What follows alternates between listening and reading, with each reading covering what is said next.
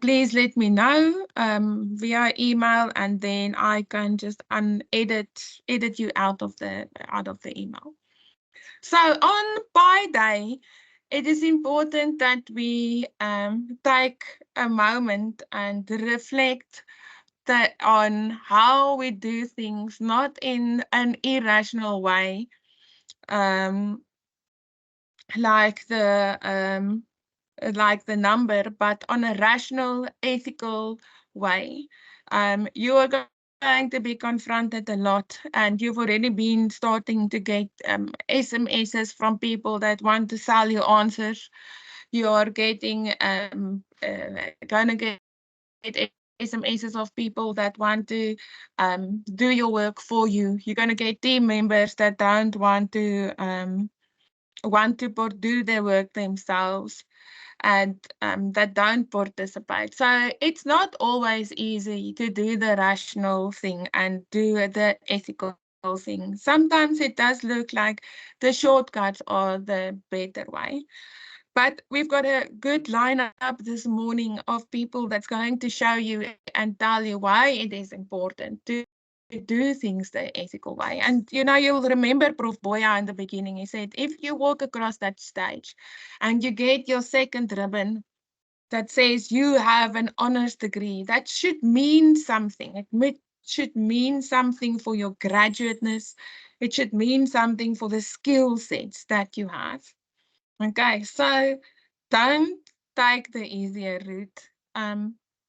Stay and make the right choices. And we are here today to show you how to do that, and also show you what tools we have in place to assist in this.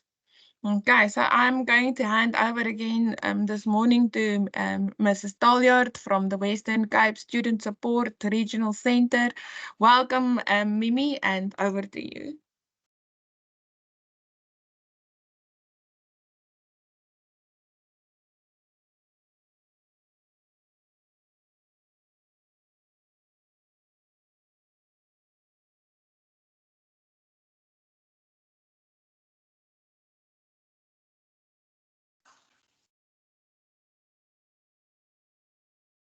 Mimi, I your think your mic mic is there, muted. yes, your mic is still muted. Okay. Good morning, everybody. I'm Mimi, and I have to speak to you about academic integrity this morning. When I did my honors years ago, there was a module in which we had to start off by saying from which point of view do we approach the problem, because in education, like you will find out, there are many ideologies, and which ideology is yours?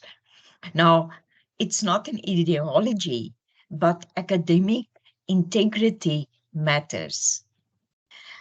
Last year, I was at the christening, and I was absolutely horrified that one of the guests at the tea afterwards arrived with her child sick with mumps. I asked her, so why didn't you have him vaccinated? And she said, but there are too many problems around vaccination. I said, MMR vaccinations got a bad name because a scientist was bought to present bad science. And at that christening, the mother of the baby had had 2 miscarriages before this baby was born. And the baby was still young for her MMR vaccination. It was one of those cases where you are polite and make sure your own grandchildren don't get close to this child with mumps. So academic integrity makes a difference. We saw it around COVID, where people still don't know who or what to trust. So when I start off, academic integrity is something that I feel strongly about. In a time when I didn't have a contract, a group of students asked me to do the work that I do for UNISA for them, and they were prepared to pay me by the hour.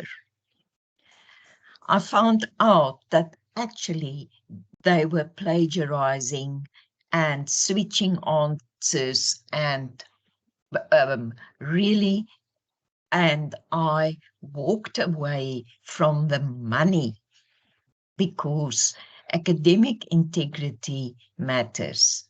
So after that very personal and intense start, let's get back to be very logical on this Pi Day. I need to speak to you about the historical perspective of academic integrity, and then see how academic integrity is defined now, and then what are our steps towards academic integrity.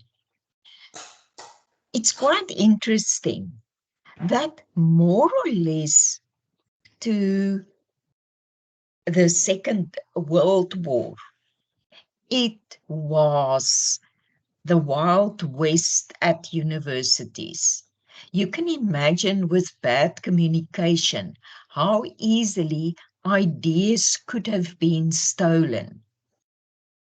So it was a Wild West, and certain things happened that people started thinking about the ethics. Now, later today, somebody is going to speak to you about the ethics. But for instance, if you look at this on the slide, in Russia, under political pressure, they changed agricultural methods, and it was purely political pressure. And it caused such horrible famine that this sculpture, and you can actually Google the famine sculpture in Kiev. It, they millions of people died because of compromised research. Then, of course, in our own country, we had the horrible effect of the story about HIV and AIDS. And if you want to read an excellent book about somebody doing research and this, how research affects people on the ground, and how people are affected by research being done on them, you should read Johnny Steinberg's The Three-Letter Word. It's really very, very well written. And also the dangers of doing field work. But remember, there were all kinds of stories about HIV, that it's mainly a gay disease. And then that you should have ginger and olive oil and beetroot, and that will do the trick. And then, of course, America, and to a smaller extent, even in some parts of South Africa, we're going through big pharma and the opioid crisis. On Netflix, there is a documentary about the opioid crisis in America. And what's interesting that you need to note there, that when you read a journal, it's part of your academic integrity to know that if you take up a journal or a periodical in your field, what happened was a doctor wrote to wrote an opinion piece, and he said that not only cancer patients suffer from extreme pain, the pain medicine available to cancer patients should also be available to other patients suffering intense pain. And that opinion piece was used as an example to actually start marketing and then starting the opioid crisis in America. So it's ethical. Then we was pre-digitization. I I have this fear that if somebody would put my part of my thesis through Turnitin, I'm not sure I'm going to get very, very good results, because pre-digitization, it was very difficult to prove uh, plagiarism. Now, the laws around what kind of research you may or may not do changed. As Dr. Stander said yesterday, there are certain groups are regarded as vulnerable, so you can't, or it's very difficult to do research on them. And then Turnitin uh, brought about that now we can test whether there is any plagiarism. But um, many of the what is put through as a plagiarism checker is merely a text checker. They don't really uh, check whether you have stolen an idea or whether you have used the words. They don't, they can see if you have stolen the words, but the cheaper ones and the bad ones can't distinguish whether you've stolen ideas. And now with AI and ChatGPT, it has changed completely. Now, and I can see from the bits I've heard, because I haven't watched all the videos, that you are really trained to work with ethically with ChatGPT. So then is what what is oh, this is now a problem. Never mind. There is a definition of an academic integrity which speak about honesty, trust, fairness, respect, and responsibility.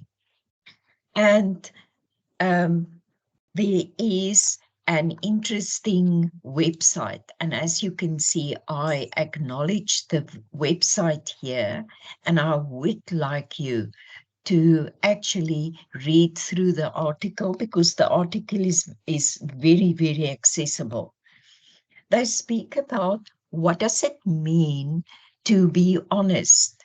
And that is not only you are honest.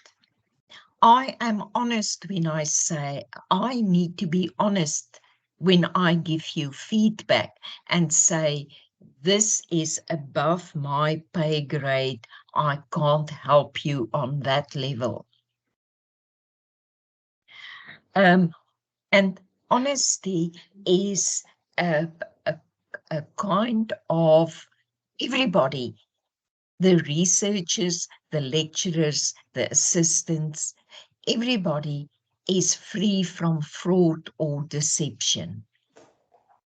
And at UNISA, it's very important that we make our voices for honesty, trust, fairness, and respect, all those things. We need to make our voices heard because our university needs to have a different, there need to be an honest voice from UNISA. Then trust. When you work in your groups, integrity means that if you have to do it, people must be able to rely on you, that you will actually bring your part to the party. Yesterday, a student asked in one of the groups, what do I do if my voice isn't heard? In your groups, a lack of favoritism.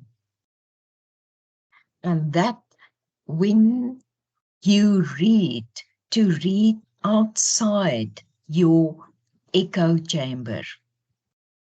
We all have beliefs and we bring these beliefs to our studies. But try and break out of your echo chamber. There's respect for other opinions. And then be accountable. Come to the group and say, acknowledge beforehand, listen guys, I couldn't do this properly. Or now that I've spoken to you, I realize I could have done more. But be accountable. And then the most important one, and that one is have the courage to speak up. Because sometimes an opinion is not valid. It's not based on facts. Sometimes your findings will not please the general population.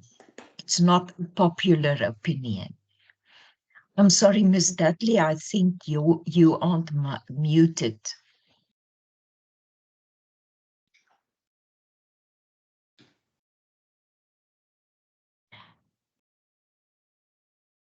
So, and this brings me to my next point. So how do we get this academic integrity? There's a paradigm shift. In your, I'm sorry guys, people aren't muted. I will look for them. Okay. You need a paradigm shift. In your honors year, you are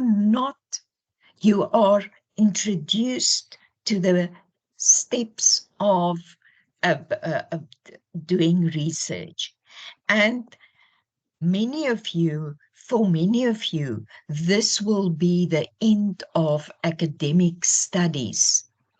You will start doing other courses to improve your career, because not everybody can do a master's. Not everybody will be allowed into masters. So I listened to one who spoke about a paradigm shift.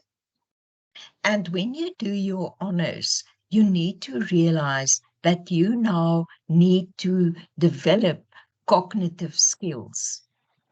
And cognitive skills is a bit like cycling and swimming.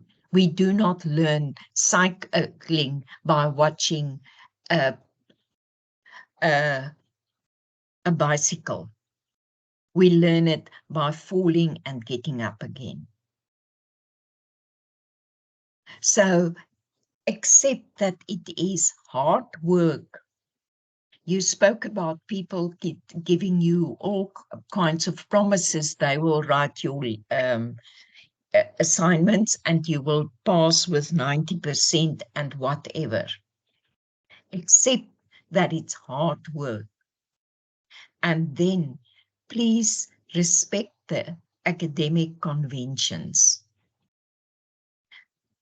An academic degree, an academic report, your research report has to follow a certain format. Your uh, um, referencing has to follow a certain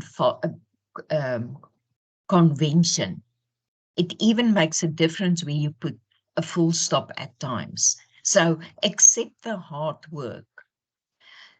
Download that Harvard reference LibGuides and teach yourself how to reference. There's no other way to do it. I can't romanticize it. So I need to speak to you about plagiarism, because plagiarism makes for lazy people. The honest student who never learned to question a source is the person in the workplace who accepts a bad tender. I didn't read the whole article because it didn't really answer the questions I had. But I saw in one of the articles that they said that there's a definite link between people committing willful plagiarism and corruption later on. But I couldn't test, yes, that. And I feel like believing that guy. So the problem is that you do not learn or practice the correct academic skills. And I hear about all the help with AI. I am worried about the cognitive skills that you need to learn to work with language. And I'm scared that if you use ChatGPT incorrectly, those skills will go missing. Like you need to learn how to read in detail a report. At work, you need to read through a tender, through a report, through an email. The second thing is that if you commit plagiarism, you don't get honest feedback and you can't progress. And that's the bit that I'm worried about the ChatGPT. But I suppose that we'll only see in 1 or 2 years whether that has become a problem. And then I've seen letters written to students who are accused of plagiarism, and it's not a pretty letter. I felt very sorry because in that case it was unintended plagiarism, but it's not a pretty letter. And then, of course, it is seen, if you are doing it, it can be seen as crime or fraud. So, which students then are vulnerable to plagiarism? And they are often students Sorry, I just need to. There are often students who haven't been trained properly. I'm back to my old, if the only thing that you remember about academic integrity is download the LibGuide so that you can properly reference, at least I've done something. And then yesterday, when I spoke about that gap between the first and the second Turnitin report, if you cannot paraphrase and summarize, that is a serious problem. Remember, at work, a report is often cut and paste, cut and paste. You can't do it in academic. And then when we have second language students, it's often a lack of proper language skills. And please do not think that because you work in an English environment that the academic language skills are there. And then templates, but in your case, you don't really work with templates. If you come from an educational background of memorization, and that is also your undergrad, if you have been taught to memorize, you can remember, you can think it's your own idea, and you do not reference it properly. The biggest problem is that people often think, I've even had the saddest case that I've had was a person who actually writes reports and opinions. It was a legal person for a living. She writes policies for an NGO. She can't do academic writing, and she didn't finish her master's.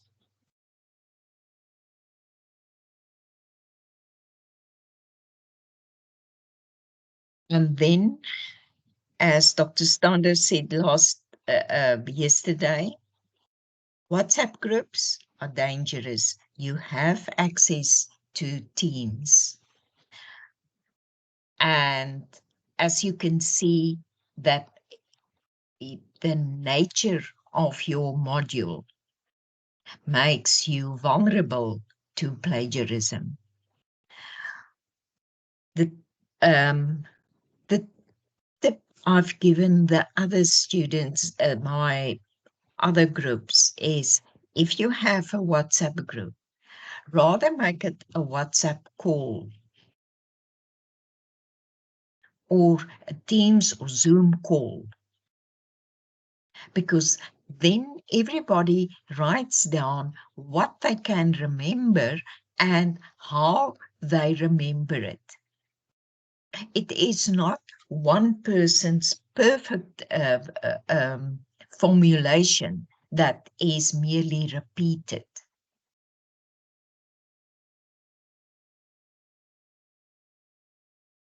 Oh, Mimi? yes, I see. I have Ah, to.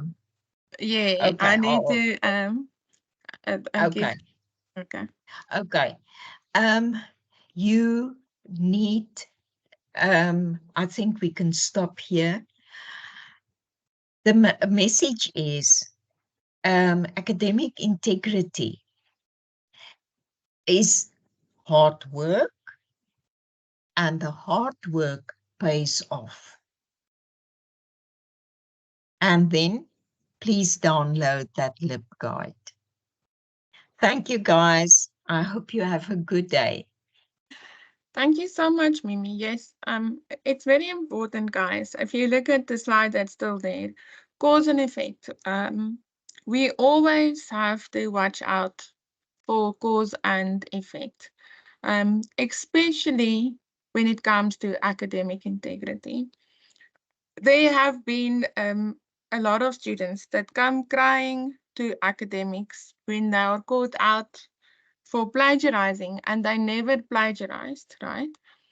So what happened, and like those SMSs you guys were sharing yesterday, they would use somebody to help them edit something, and then those people steal their assignments and sell it to the other people who are willing to buy assignments. And then their assignment becomes the master assignment used for cheating. And unfortunately, it's impossible for anybody to prove who generated this thing to start with. Okay, so just watch out for that. Dr. Marie. Yes, I'm here. Oh yeah. I just want I'm to gonna find you. put up my hand so you can just make me a There presenter you so I can go. share. Thank you.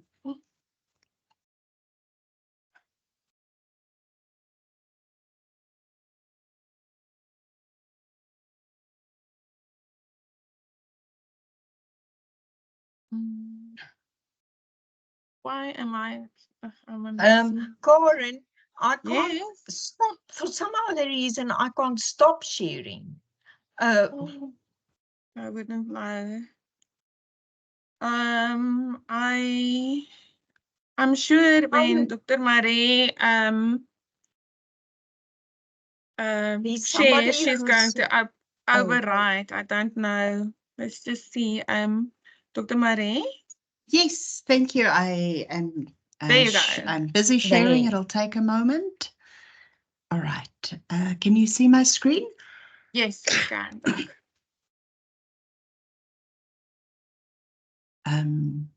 Thank you, colleagues. Dr. Sander, can I start? If I can just have You're a thumbs welcome up. to stand there and Thank start, you. All Dr. right. Marie. Thank you. Colleagues, my name is Ingrid Marie. I am with something called the Center for Professional Development, but today I'm speaking as a member of the ADHOV team, which you will know Richard came here yesterday to do some presentation. And I just wanted to have you see my face. Now I'm going to put my camera down and put my hand down. All right.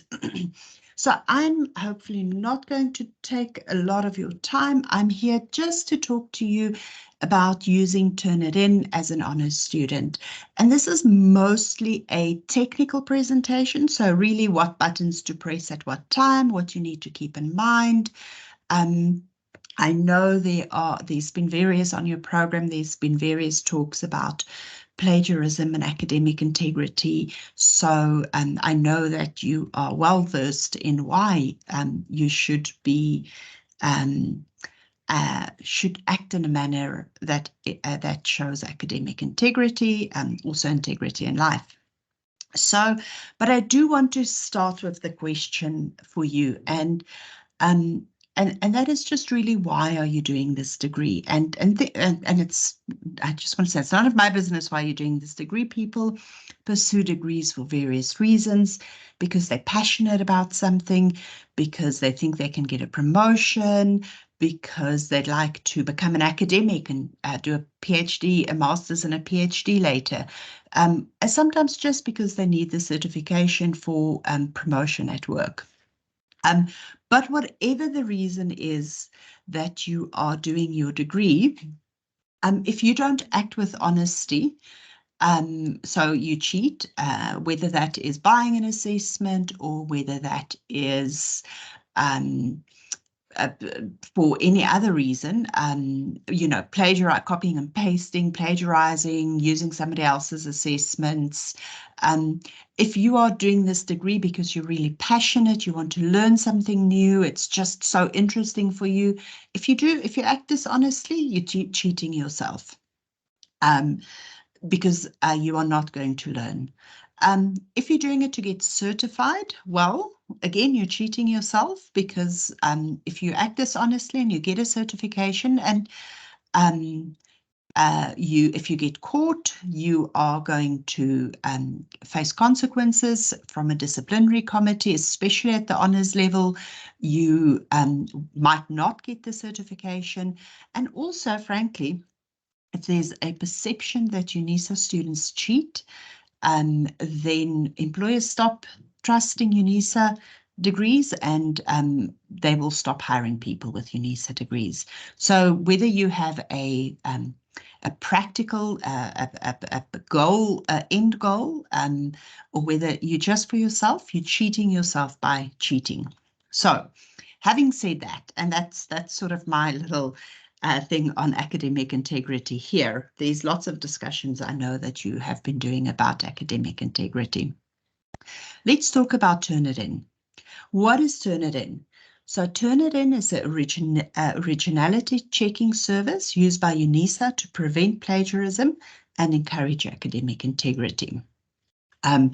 It does two things. It on a broader level. On the one level, it really is for to assist staff. And I just want to say, as an academic myself, I know that we all do this thing where, we know which students are submitting work that's not their own, especially at the honours level. You get to know students, you see who's doing stuff, and suddenly there's a huge improvement, and you're going like, Turnitin helps us to show you that we know.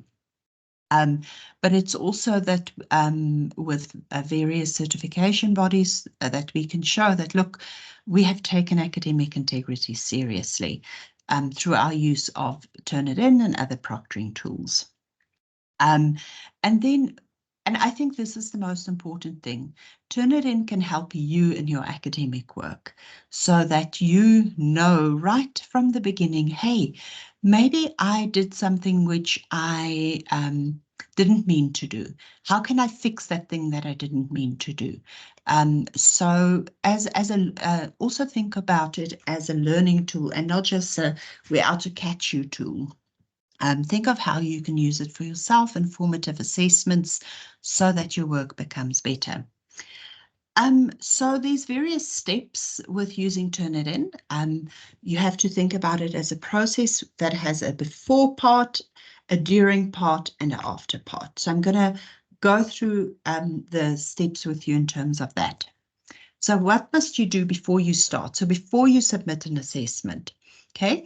And this really is true for all assessments, but for Turnitin specifically, prepare work that is your own, acknowledge sources, ideas, pictures, quotes, anything that's not your own work, whether you get it from the study guide, a video that you've watched, ideas that you've gathered other places, you need to acknowledge it. And you need to acknowledge it properly. So you need to, where it's appropriate, you need to use quotation marks when quoting directly, and paraphrase, and then you need to cite properly, both in text and in your reference list. With a Turnitin a submission, you must have a front page that has your name, your student number, and your module code. That is so that the work can be attached to your name easily, also within. For Turnitin assessments, definitely, I'm not sure about other assessments, but you must hand in a typed work. You cannot hand in handwritten work.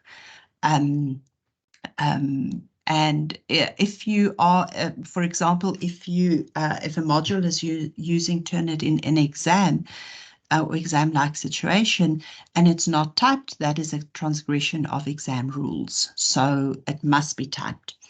And then save it as a PDF unless otherwise specified. As I said, Turnitin, if it is going to be used, it's not used for every assessment necessarily.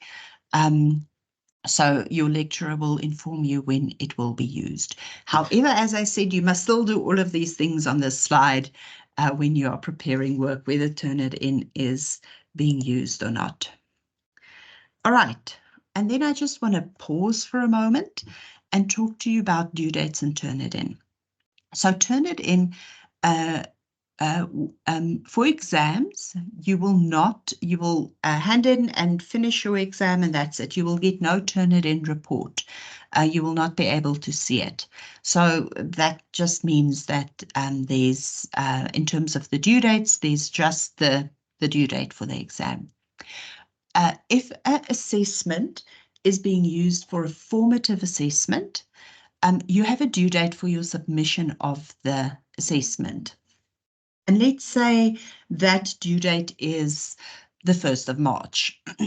Now, with formative assessments, you get a report back where you can see what Turnitin has flagged. And I'm going to show you an example of the report just now. But what is really, really important is that report takes 24 hours to generate. Sometimes it's quicker. You might get lucky, but most work with a 24-hour turnaround time for a Turnitin report. So if your assessment is due on the 1st of March and you've handed in on the 28th of February, you might not get, or you hand in, for example, let's start here. You hand in on the 1st of March. Okay, due date is 5 o'clock. You hand in at 4 o'clock. You're not going to get the Turnitin report back. And that's fine. You don't necessarily have to get it back, but there's no extension. That's it. You've missed you've handed in an hour before the deadline. You do not get to do anything with the report. So as a learning opportunity, that just means that you don't have a chance to learn. If you've handed it in 24 hours beforehand, you will probably get the report back before the deadline. And that gives you a very small window of opportunity to hand in your final assessment, and you won't have another chance to see the report that is generated. If you hand in your first submission on Turnitin or on the exams on, let's say, the 24th of February, you will have a chance to get the first report. If there's anything that you'd like to change, it gives you another chance to hand in and get another Turnitin report, and hopefully you fixed all of the problems in the first place that you might have had. So just be very careful. Just because you have access to the Turnitin report with formative assessments does not mean that you will, if you did not hand in on time, that you will be able to do anything with it.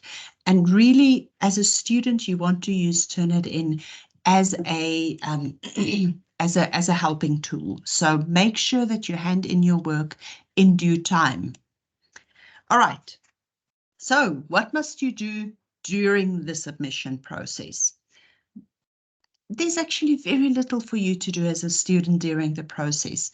You go to My Modules. I know Richard showed you yesterday how to do it. You go to the specific module and the specific assessment.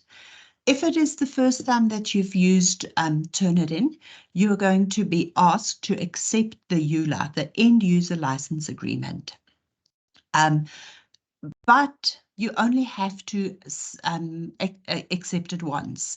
If you've accepted it once in any module previously, or in, if you're registered for 5 modules and module A had their assessment on day 1 and you had to accept the EULA for Turnitin, when module B asks you to do a Turnitin assessment, and you don't have to accept the end user license agreement again. It's already accepted. So it's basically linked to your profile, your student profile, and not specifically for a module. Once you've done that, you submit as you normally do. So you click and save and upload your file, and that's it. You're done with submitting the assessment. Now, this is what the end user the EULA looks like, the End User License Agreement, and you simply click on the button that says, I accept the Turnitin EULA.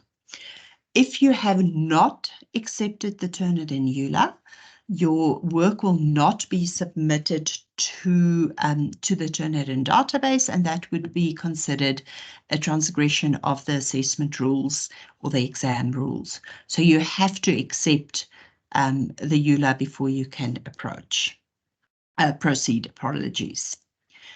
So once you have submitted, you're going to see a message that it's queued. That's perfectly fine. Remember the 24 hours that I mentioned?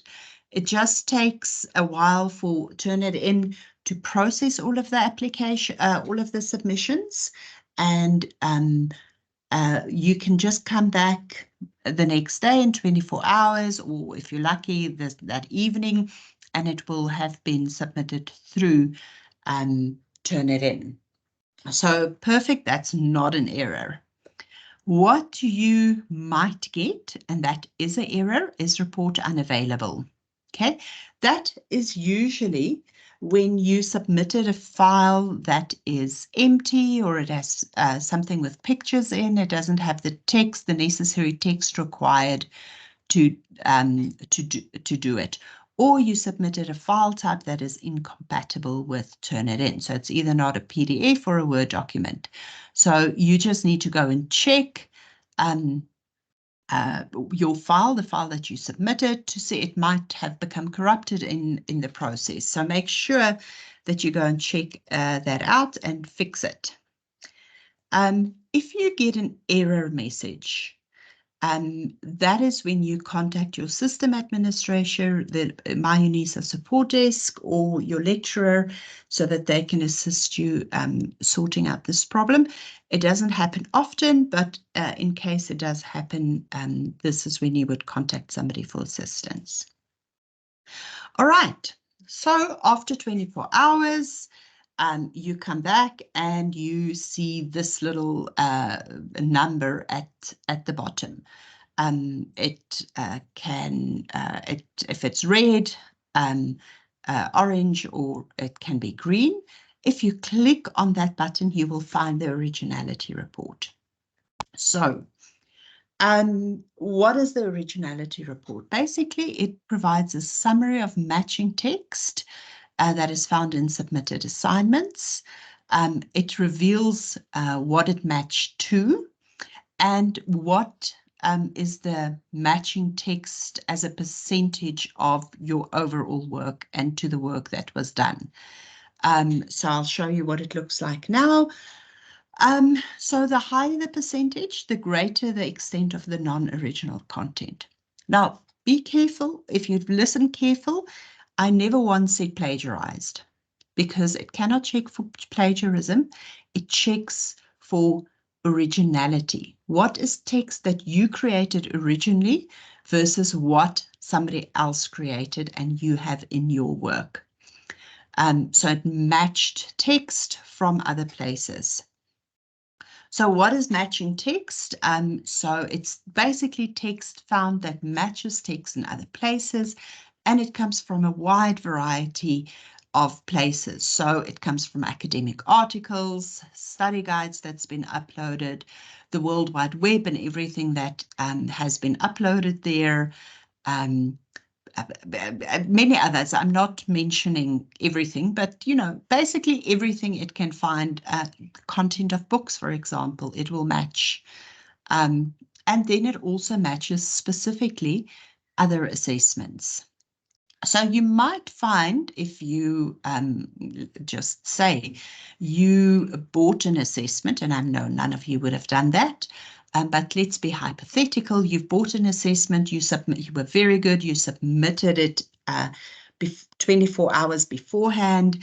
It shows there's no text matches on anything on the day that you submitted.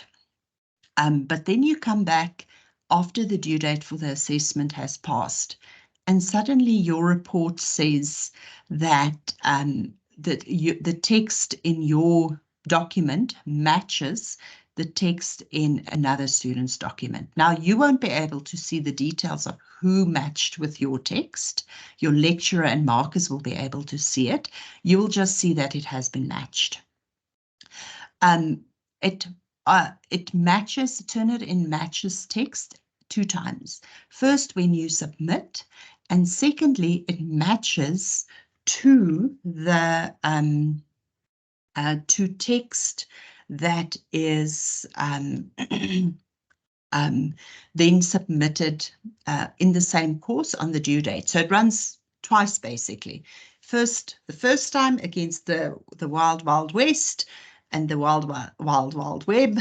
And secondly, everyone that submitted in your course. So if you might have handed in first, but because you bought your assessment, and I can promise you, we know people that buy assessments or sell assessments, sell the same assessment to a number of students. So it will be picked up, even if it's not picked up on the first round. All right, so not all matching text is problematic. I have a nephew that did his first year a couple of years ago. He's now in honours like you. He's getting the same kind of talk that you got.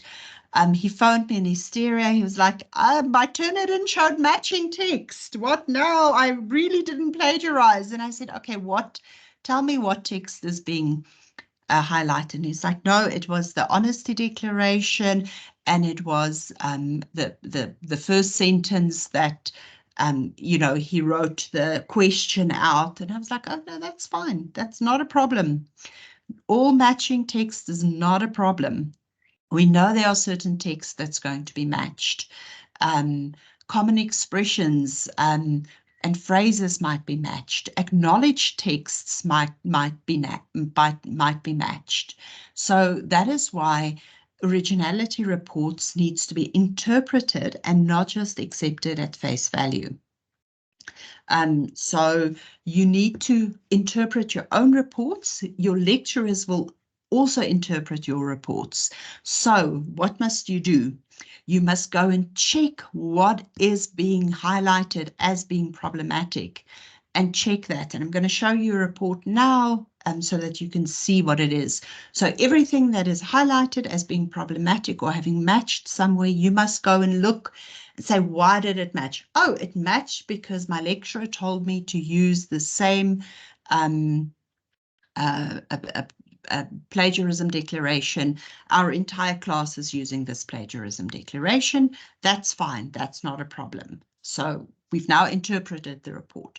Or you had a quote, you didn't put it properly, you didn't reference it properly. Oh, that's why it is being matched. So now I'm going to fix it. So I know students always ask, what is an acceptable percentage? There is no acceptable percentage, okay? Because the similarity does not indicate plagiarism, there's no acceptable percentage of this. There is percentages that is explainable, and that is fine because there's a process of interpretation. Any plagiarism is unacceptable. Even if you have one paragraph out of a assignment that is 3 pages, and you only plagiarize that one paragraph, that is unacceptable, okay? Even though your index is showing it's only 5%, that does not make it acceptable. So you need to go and check for plagiarism, that you didn't by mistake plagiarize something when you didn't mean to. So what does the originality report look like from a student side? You will see, you will have your assessment and you will have colored highlighted areas. And this, you first go to the view that says top sources. Okay, then you can see, okay, this in blue is 23% similar to something that was submitted to another assessment. Well, did you plagiarize yourself maybe? Did you work on a group project and you used the same paragraph? What's happening? Go figure it out and fix it. Rewrite it if it is necessary. Here, you can see there's a 4% on this 4, there's a small match. And you know what? I probably just forgot to add the quotation marks. So there I go. I add the quotation marks. Then you can see if you go to all sources when you're looking at the report, it literally lists all sources where you can see where the where there was similarity. That doesn't mean that that you stole the work from somebody else. It might just be that they also had copied or incorrectly referenced something. So the best view is this top sources view, where you can see what is highlighted and what you need to pay specific attention to. So how do you reduce the percentage? Again, don't focus on reducing the percentage, focus on producing your own work. You can look at that percentage and you can look at the highlighted text to know where to look, where you might, and it happens, you might have forgotten to add the proper referencing. But rather work on finding your own voice, writing your own work. If you're struggling, finding assistance from a reputable source like the library or academic literacy coordinator. So go look at it. Again, remember to focus it. And I do, as one final warning, as I wrap up, I just want to say, don't take any highlighted text and think you're going to be very clever and you're going to put it into a paraphrasing tool. Turnitin will pick that up as well. And that is an even worse offense, because now you're actively trying to cheat your lecturer and yourself. So rather take the time, rework it, redo it properly, re-hand it in. With Turnitin, you have 3 chances to hand in. The third is the final chance if you have time before the deadline. Very important, if you have time before the deadline. And one thing that I can say is keep process documents as you're working through any assessment. Where did you find this? Make notes so that you can always find the references that you use, so that you're not in a situation where you have references or you have something that you know is a quote, but now you cannot find where you find it from. So keep process documents where you make notes as you go along. Whether you're working online or whether you're working on paper and then typing it online, keep your process documents. What documents did you consult at what time? What did you take from where?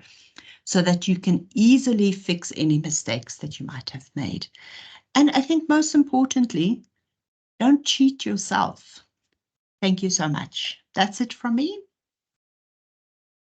Thank you so much, Dr. Marie. Yes, don't cheat yourself. I agree. You know, it's easy to, well, it's not easy to cheat. You can try to cheat. You know, we also use different tools and get used to seeing what the different AI tools produce and the format in which they do it. So we also get used to spotting something that wasn't written by yourself. Okay, so don't cheat yourself from the opportunity that you are paying a lot of money for to learn. Okay, so learn. All right. Okay, I am just going to quickly stop the recording so that we don't have a too long recording in the end.